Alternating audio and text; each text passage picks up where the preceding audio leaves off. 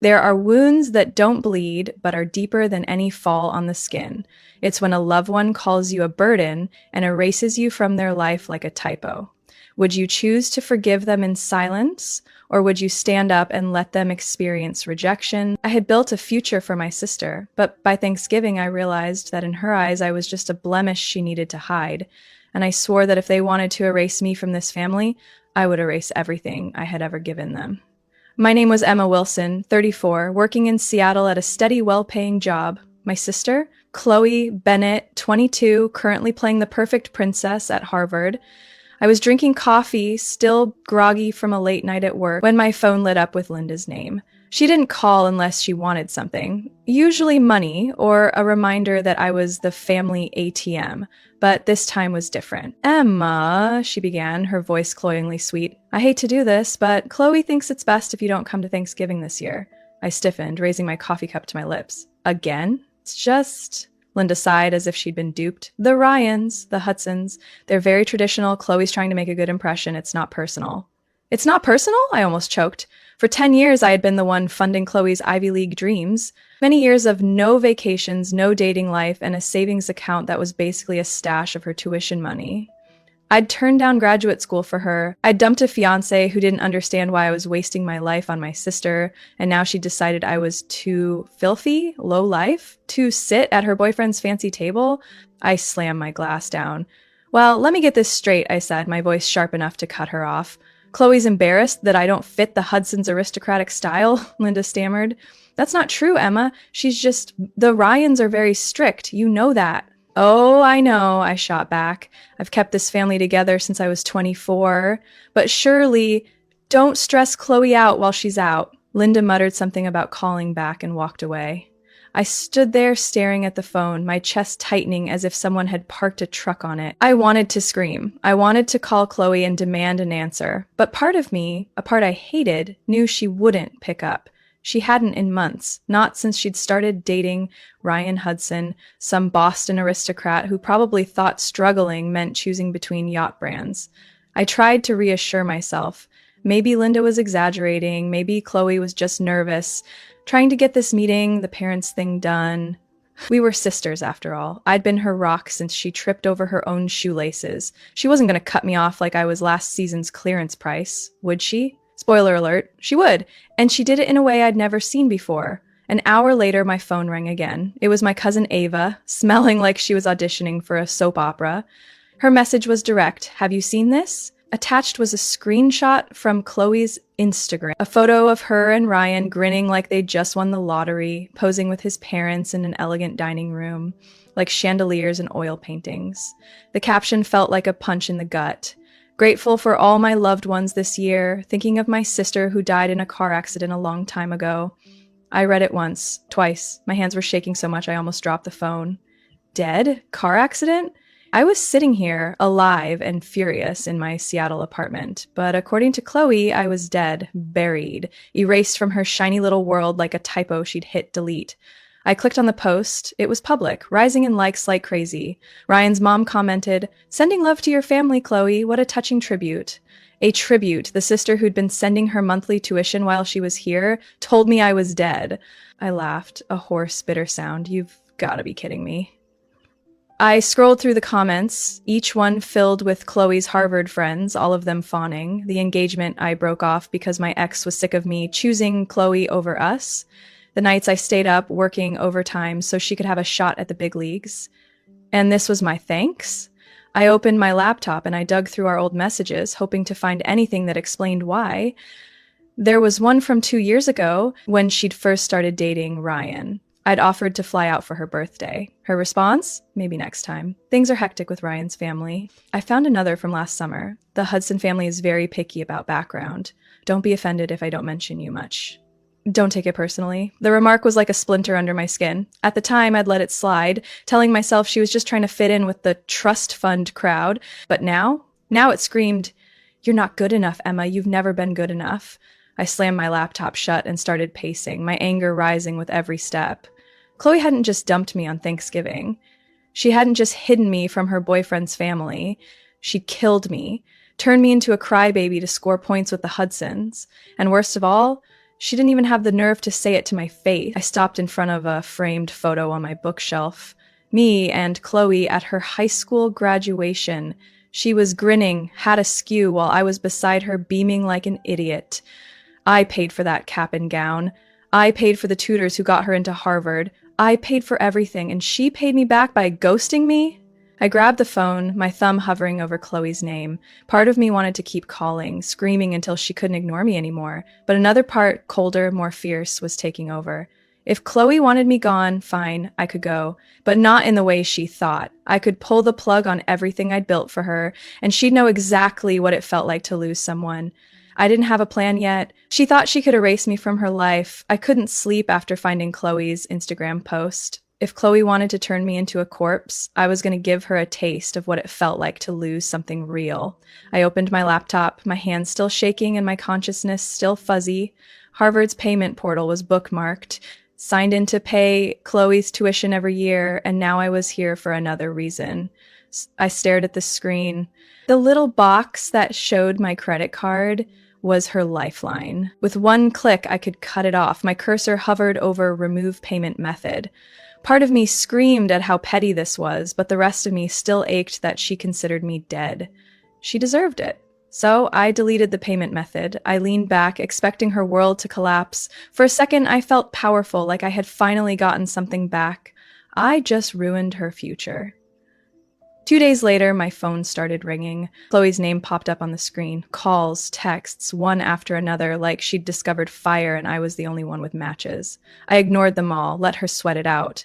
By noon, I had 20 missed calls and a series of texts ranging from desperate to frantic. Emma, please, what's going on? The treasurer says my tuition is overdue. I know you're mad, but this is my future. Call me. You can't do this to me. I read them with a smirk, picturing her pacing her fancy dorm room, her hair probably messed up this time. Good. Let her feel the struggle. I was about to toss the phone aside when a voicemail popped up. Her name stared at me, daring me to listen. Against my better judgment, I pressed play. Her voice came out shaky at first, as if she were trying not to cry. Emma, I don't know what I did to make you so angry, but please. Tuition. I can't pay for it, you know that. I'm begging you, don't ruin my life over any of this. Then there was a pause and her tone changed. Sharp, venomous. And if you're so determined to get your money back, why don't you find that irresponsible mother who abandoned you 30 years ago and make her pay? The words hung in the air like smoke. Irresponsible mother? Abandoned me? Linda was my real mother. I'd thought my whole life. Chloe's voice echoed in my head, a sentence that bit at me. Irresponsible mother who abandoned him 30 years ago. What did she mean? I listened to the message again, then a third time, searching for some hint that I'd misheard. No, it was clear as day. My hands were cold, but my brain was on fire. Linda had raised me, reluctantly, sure, but she was the only mother I'd known since I was a child. Was Chloe just throwing a tantrum, throwing random insults, or did she know something I didn't? I rummaged through my apartment, searching for answers. There was a locked box in my closet, filled with old papers I hadn't touched in years. Tax forms, leases, junk from my dad's estate after he died when I was 9. I'd never looked closely. It was painful to dig up his memories. But now I needed to know. The box was heavier than I remembered, rusted around the edges as if it were deliberately hiding secrets. I pried it open and the papers spilled onto the floor. The birth certificate. There, I scanned it, expecting to see Linda's name under Mother. Instead, there was someone else. Margaret Ann Carver. A stranger. My stomach clenched. I checked it again, thinking it was a typo, a mistake. But no. Margaret Ann Carver, not Linda Bennett. I sat back on my heels, the paper trembling in my hands. Who was Margaret? Why had I never heard of her? My dad's face flashed in my mind, his quiet smiles, the way he dodged questions about my childhood. I'd always assumed Linda was my mom, even if she acted like I was a chore she couldn't return, but this meant I wasn't hers, not biologically, maybe not even legally. I grabbed my phone and called Ava, my cousin, who'd always been my go-to for family gossip. She picked up on the second ring. Emma, you okay? You sound like you've seen a ghost. Funny you say that, I snapped, my voice all edges. Chloe just implied I've got a mom out there who ditched me. And my birth certificate says someone named Margaret Carver, not Linda. What the hell's going on, Ava? Silence. Then a sigh so heavy it could have sunk a ship. I was hoping you'd never ask, she said. Look, I swore I wouldn't tell, but yeah, Linda's not your bio mom. Margaret was. Your dad had an affair and you were the result. Linda only took you in after he died because she had to. Legal stuff, you know? I felt like I'd been slapped. Legal stuff? I echoed, my sarcasm barely hiding the hurt. So I was what, a court-ordered burden? It's not like that, Ava said, but her voice was weak, like she didn't believe it herself. Linda didn't want you to know, neither did Chloe. They thought it'd complicate things. Complicate things? I laughed, a bitter, broken sound. You mean complicate their perfect family act? God, Ava, how long have you known? Since high school, she admitted. I overheard my mom talking about it. I wanted to tell you, but Linda said it'd mess you up. Mess me up, I repeated, my voice flat. Right, because finding out at 34 that my entire life's been a lie is so much better. I hung up before she could say more. My head was spinning, pieces of my past clicking into place like a puzzle I'd been too blind to solve. Linda's coldness, never a hug, never a love you, the way she'd always push me to help out with Chloe like I owed them for letting me exist. Chloe's distance, her ease at cutting me out, it wasn't just her being a brat. They'd all known I was the odd one out, the leftover kid nobody wanted. I went back to the lockbox, digging deeper. Under a stack of yellowed receipts, I found an envelope, my dad's handwriting on it, for Emma. My throat tightened. I tore it open, half expecting a will or some legal mumbo-jumbo. Instead, it was a letter, dated a month before he died. Emma, my girl, it started. If you're reading this, I'm probably gone. I'm sorry I didn't tell you about your mom. Margaret loved you, but she wasn't ready to raise you. I thought Linda would be, but I see now I was wrong. You're my biggest joy, and my biggest regret is leaving you in a home that might not see you the way I do. Be strong, you're worth more than they'll ever know. I read it twice, tears burning my eyes. My dad knew. He knew Linda didn't want me, knew I'd be a second-class citizen in her house, and he was right. I'd spent my life trying to earn a place in a family that saw me as baggage. Chloe's tuition, Linda's endless favors. I wasn't their sister or daughter. I was their safety net, their ATM, their fool. I dropped the letter, my anger flaring hotter than ever. Chloe didn't just betray me with her Instagram lie. She'd known the truth, maybe not all of it, but enough to throw that deadbeat mom jab in my face. And Linda? She'd played me for decades, letting me think I was hers while treating me like a tenant who owed rent.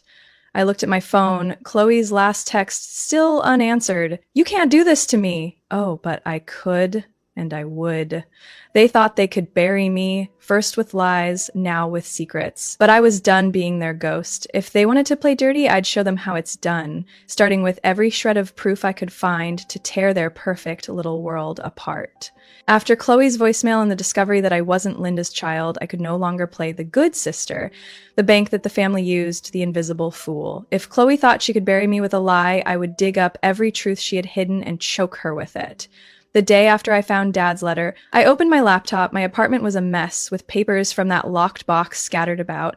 I wasn't just going to grieve over Chloe or Linda's betrayal. I was going to fight back. What was the plan? A dossier. A nice, neat piece of evidence that Chloe wasn't the perfect princess she'd sold herself to Ryan Hudson's family. I'd paid for her life. Now I was going to make sure everyone knew who she really was. I started with the bank records, tuition, summer programs, even that stupid study abroad trip to London. Every penny was traced back to my account. I opened the reports, highlighted my name, and printed them out in crisp black and white. Then there were the screenshots, not just Chloe's Instagram post, which I deleted from my brain's homepage, but also older messages where she'd ignored me. A gem from last year. Ryan's parents are really nosy about family stuff, so I kept it vague. No offense. No offense, asshole. I added those to the pile, each a brick in the wall I was building. Next, I scanned my birth certificate, Margaret Ann Carver's name glaring at me like a middle finger from the past. I still didn't know why it mattered, but it felt like ammunition. Chloe had thrown the irresponsible mother line at me. Perhaps the Hudsons wanted to know if their future daughter-in-law would agree to rewrite history. I dug deeper, finding a copy of my father's death certificate and a court order from when I was 9, showing that Linda had custody only because no one else would step in. It wasn't much, but it painted a picture. I wasn't just Chloe's sister. I was the child no one wanted. the foil to the child everyone wanted. By midnight, I had a stack of papers that could star in a courtroom drama, but I wasn't done yet. I needed to make sure this wouldn't backfire. I called Sarah, a former colleague who had studied law before dropping out to pursue tech. She answered, still sleepy but curious. "Emma, it's 1 a.m. What's going on?" "I didn't ruin my sister's life with a piece of paper. Need to know if it's safe." Sarah laughed, then turned serious as I explained.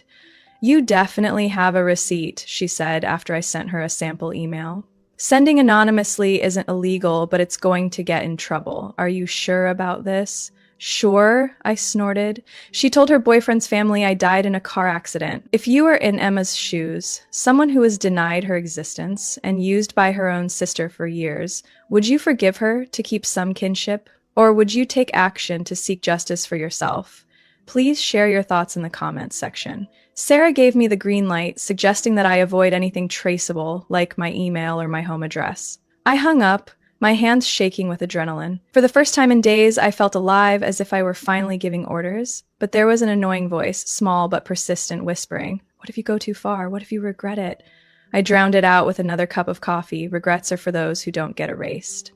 I spent the next morning at a print shop, turning my digital arsenal into a physical one.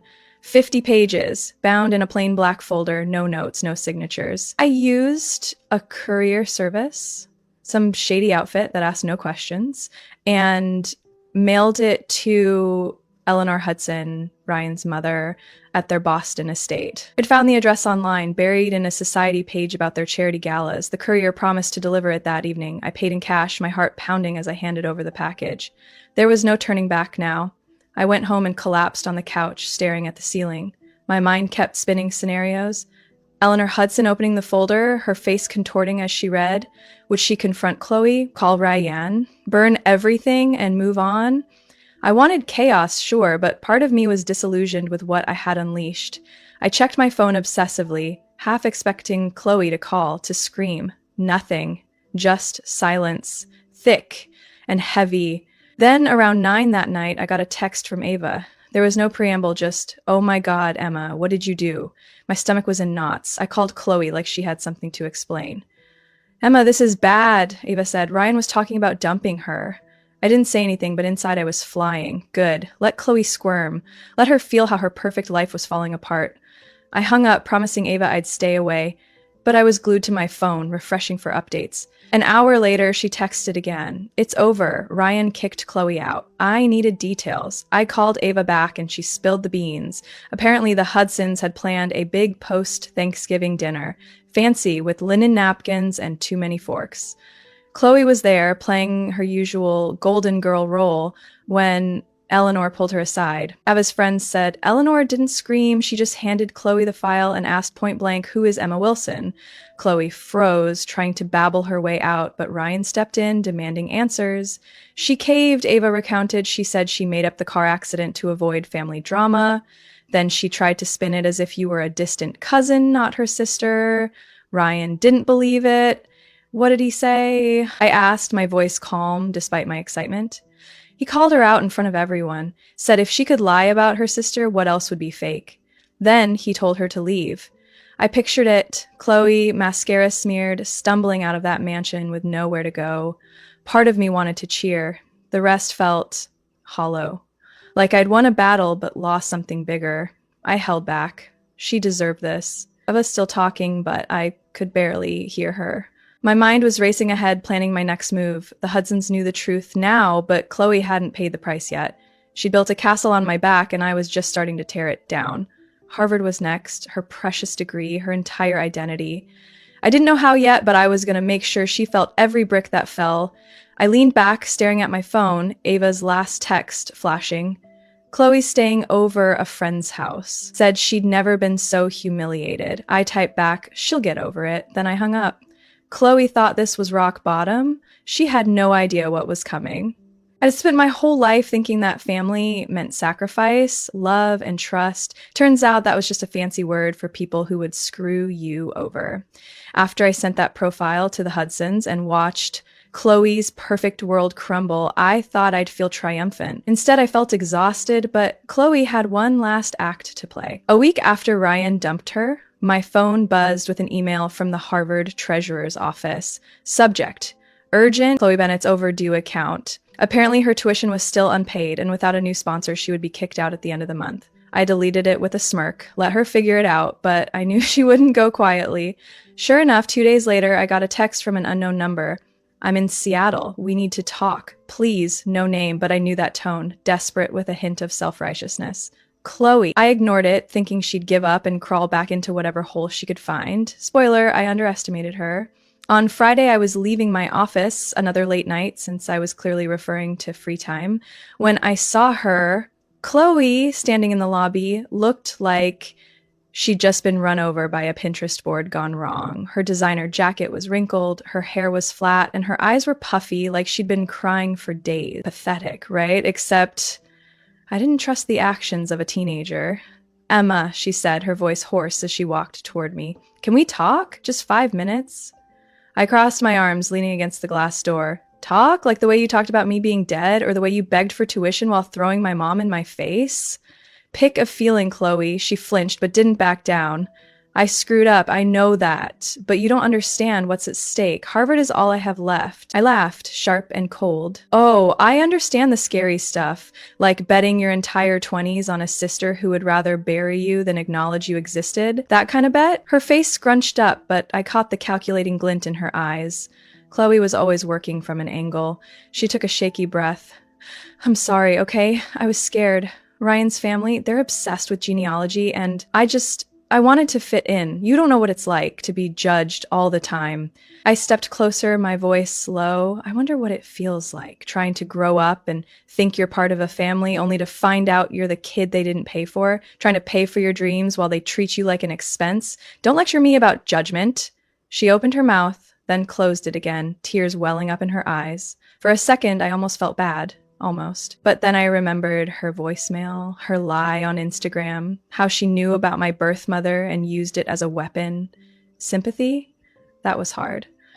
Emma, please, she whispered. If I don't pay my tuition, I'm done. I'll lose everything. I'll do anything. Apologize publicly. Tell the Hudson family the truth, whatever you want. I tilted my head, smiling. Anything? That's cute, but I don't run a charity for backstabbers. You want Harvard, get a job, get a loan, or, I don't know, ask Linda. She's really good at solving your problems, right? Her eyes widened, and then the plot hit. Mom didn't help? She blurted.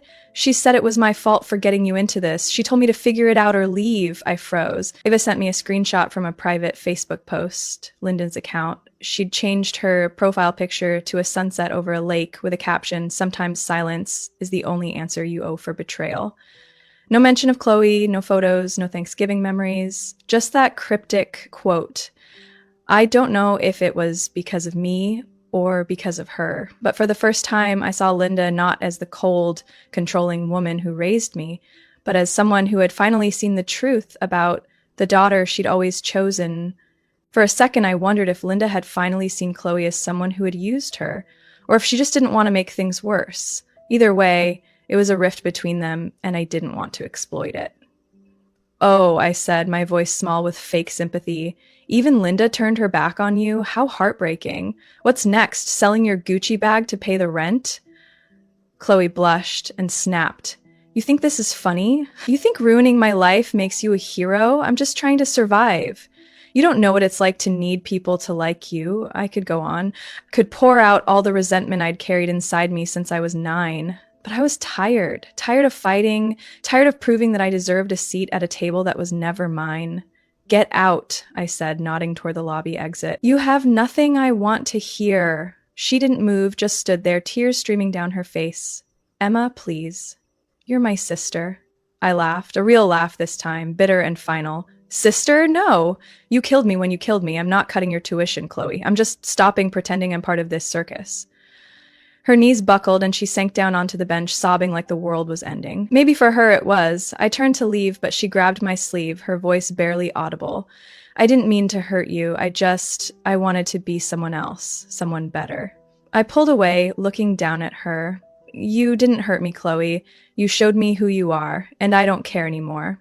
I walked to the elevator, her sobs echoing behind me. The door opened and I stepped in, but before I closed it, I stepped back. She was still there, huddled like a child who had lost a favorite toy. I waited for the guilt to hit, for my sisterly instincts to kick in. Nothing happened, just a strange, cold relief. I pressed the button for my floor and called security from the elevator. "There's someone in the lobby who needs to leave," I said, my voice strong, and she was crying, unable to move. I used to think my family was my anchor. Turns out, it was more like a leash. After kicking Chloe out of my office and out of my life, I felt empty. The first few weeks were tough, and I signed up for a therapy group. It was a group of strangers venting, but hearing their stories of betrayal made me feel like I was no longer a glitch in the universe. One guy, Mike, had a sister who had pawned his car to get money for drugs. I couldn't get Margaret, my real mother, out of my head. Her name haunted something deep, like an itch I couldn't ignore. So I hired a private investigator, a gruff but serious guy named Tony. After a few days of throwing money around, he called back and told me that when she was alive, Margaret had run a small library in the town where she lived. It was called the Emma Library, and had left a motto engraved just below the name of the sign: "When people change, so do books. Hopefully one day when you come back here, your heart will be different." I looked at it through the photo Tony had taken. The sign was old. The new manager was doing a great job. Only I was devastated, not because I missed her, but because for the first time I realized someone else had placed hope in me.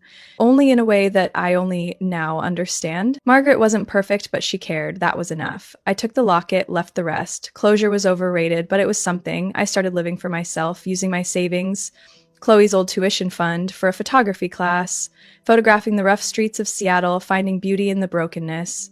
I traveled alone to Iceland, stood under the northern lights, and didn't check my phone once. I even tried dating a guy in my class, Tom, who laughed at my sarcasm and didn't flinch when I got upset. It wasn't love, but it was fun, and that was new. Hearing from Ava that Chloe was working her ass off to stay at Harvard. No apologies, no contact. I wasn't angry anymore, just indifferent, which made me feel better. I posted my story online anonymously, and it got thousands of comments. Some days I still felt like that unwanted child, but I was writing a new story, one where I was the hero, not a footnote. Family, I was gonna build it, and this time, no one could erase me. At a certain age, we are no longer afraid of loss, but only afraid that what we once believed in will turn out to be wrong. Emma's story is not only about betrayal from a sister, but also about a painful awakening of self-worth after a lifetime of silent sacrifice. Have you ever experienced that feeling when the people you love most turn their backs and you realize you never really belonged there? Please share your story in the comments section. Maybe somewhere in those confidences, someone will feel a little less lonely. Thank you for staying until the end of the video. If this story touches something in your heart, please like, share to spread, and don't forget to subscribe to the channel to continue accompanying the true, profound life stories.